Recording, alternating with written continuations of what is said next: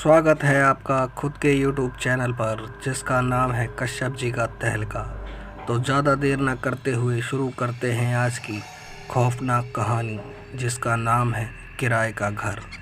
तो हो जाओ तैयार डर की गहराइयों में खोने के लिए। जय श्री राम। मेरा नाम जोगिंदर है। मैं बिहार के पास एक छोटे से गांव का रहने वाला हूं। मैं बहुत गरीब परिवार से हूं। बहुत मुश्किल से परिवार का खर्चा पूरा कर पाता था। मेरी शादी हो चुकी थी। मेरे 2 बच्चे हैं, सीमा और सुमित। बेटी की उम्र 8 साल की और बेटे की उम्र 5 साल की है। मैं इसी चिंता में रहता था कि बच्चे बड़े हो रहे हैं तो उनके खर्चे भी बढ़ेंगे। तभी मुझे ख्याल आया क्यों न शहर जाया जाए।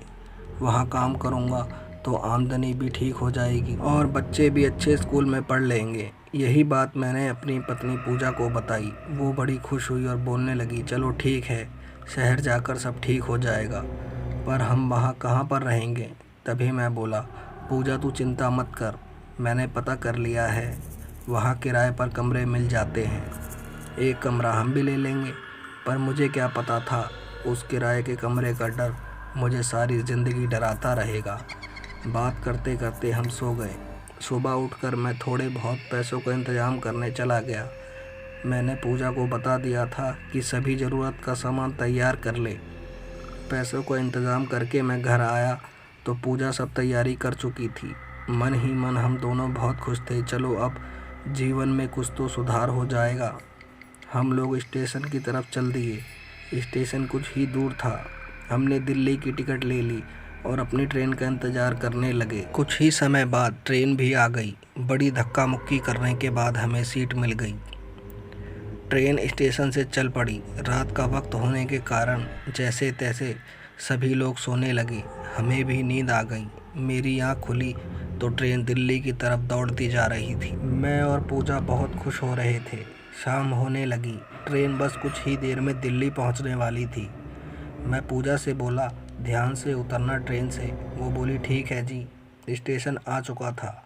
हम लोग ट्रेन से उतर गए। बहुत भीड़ भाड़ थी स्टेशन पर। हम स्टेशन के बाहर निकले तो और भी ज़्यादा भीड़ थी। मैंने पूजा से बोला, अब रात भी होने वाली है, ऐसा करते हैं आज की रात यहीं गुजार लेंगे, सुबह होते ही कहीं कमरा ढूंढ लेंगे। पूजा बोली, ठीक है। मैं उनको वहीं बिठाकर उनके लिए कुछ खाने के लिए लेने चला गया। जब वापस लौटा तो पूजा के पास एक औरत को बैठे देखा। दोनों बड़ी हंस के बातें कर रही थी। मैंने जाकर पूछा, पूजा कौन है ये? तभी उसने बताया उसके गांव के पास की है। मैंने उन्हें खाने के लिए खाना दे दिया। बच्चे सो चुके थे। बातों ही बातों में उसने पूछा, यहाँ कहाँ रहोगे? मैं बोला, आज की रात तो यहीं और कल सुबह कोई कमरा किराए पर ढूंढ लेंगे। तभी वो औरत हमें एक जगह का पता बताकर बोली, यहाँ पर आ जाना, कमरा खाली है, और बोलकर चली गई। हम भी स्टेशन पर सो गए। सुबह उठे और उसी पते पर चल दिए। उस जगह पर हमें ना ही वो औरत ना ही कोई कमरा किराए पर मिला। मुझे ये सब बड़ा ही बुरा लगा। एक तो दिल्ली के बाहर हम लोग आ गए थे। मैं मन मन में सोचने लगा, उस औरत ने हमारे साथ ऐसा क्यों करा। मैं पूजा को और अपने दोनों बच्चों को एक पेड़ के नीचे बैठा कर चल पड़ा और पूजा से बोला, यहाँ से कहीं जाना नहीं, मैं कहीं आसपास किराए का कमरा ढूंढता हूँ, और बोलकर चल पड़ा। कमरा ढूंढते ढूंढते मुझे शाम हो गई, पर मुझे कोई कमरा नहीं मिला। उस जंगल के एरिए में मैं अपने बच्चों के पास जाने लगा। जैसे ही मैं वहाँ पहुँचा तो वही औरत पूजा से बात कर रही थी। मैं उसके पास जाकर बोला, अच्छा नहीं किया आपने हमें यहाँ फंसा कर। तभी वह मुस्कुराते हुए बोली, मैंने तो सही जगह पर बुलाया है, चलो मैं दिखाती हूँ कमरा। मुझे उस वक्त उसके साथ जाना अच्छा नहीं लग रहा था, फिर भी मैं के साथ चलने लगा। कुछ ही देर में वो एक कमरे के पास हमें लेकर आ गई और बोली, ये रहा तुम्हारा किराए का कमरा। अंधेरा इतना था कि आसपास कुछ नज़र नहीं आ रहा था। तभी पूजा बोली, चलो जी, अब किसका इंतज़ार है, हम लोग कमरे में चले गए। तभी उस औरत ने एक दिया जलाया और कुछ रोशनी हो गई। उसने वो दिया खिड़की के पास रख दिया और बोलने लगी, रात को कोई आवाज़ मारे तो दरवाज़ा मत खोलना, और बोलकर चली गई। दोस्तों, स्टोरी अच्छी लग रही है तो प्लीज़ चैनल को लाइक करें, सब्सक्राइब करें, शेयर करें। तभी मैं पूजा से बोला, ये औरत मेरे जाने के बाद कब आई थी? पूजा बोली, सूरज छुप चुका था तभी आ गई थी। क्यों, क्या हुआ? मैं बोला, कुछ नहीं, और हम सो गए। सुबह उठा तो कमरा ऐसा था जैसे कमरा पूरा आग में जल गया हो। चारों तरफ राख ही राख थी।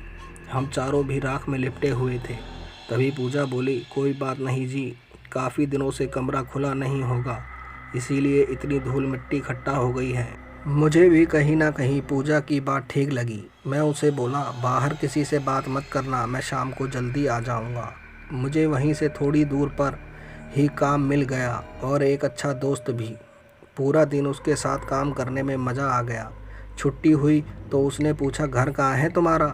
मैंने जैसे ही उस जगह के बारे में उसे बताया तो वो बुरी तरह डर गया और बोला, क्यों मजाक कर रहा है?